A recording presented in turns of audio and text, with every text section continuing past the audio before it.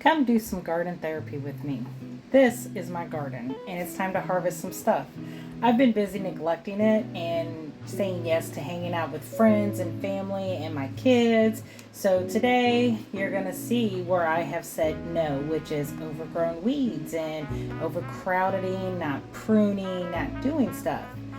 When we're learning about our lives and we're learning new things, we get super duper excited, whether it is biblical scriptures or counseling techniques, parenting techniques, and we get overzealous and we put too many things that we've learned and we don't give it time to grow and we don't give ourselves space to grow.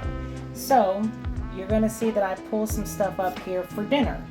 But what you're also going to see is over the last couple of years, I have not gardened because I've been busy traveling and doing other things. And this year I got overzealous. I overcrowded some stuff. Some things didn't grow very well and I've had to go back in and pull things out. Some things have not handled all the rain that we have been getting. Other things have done very well. Some things that I've tried new this year is companion gardening and being able to put different things together so that they help each other. And this is my neglected area where there's just roots. There's so many roots underneath there that nothing grows to the point that we're just going to put big baskets over there and embrace the reality that we cannot put anything down there. Now this is my arugula, did not grow. I've got to rip it all up. Here are some other things where I've overcrowded the carrots, the squash, the acorn squash, the spaghetti squash, and the watermelon radishes. There's too much in this bed because I got too excited and put them all in there that my squashes are not really growing.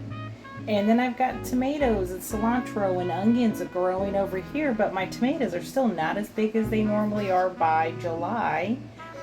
And we go over here. So think about it like that.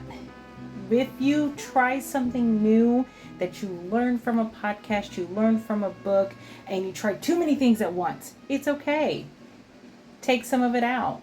Try it. Pivot. Do something different. It's okay. The point is that you try and you let yourself feel all the emotions. You let yourself do something and learn something new.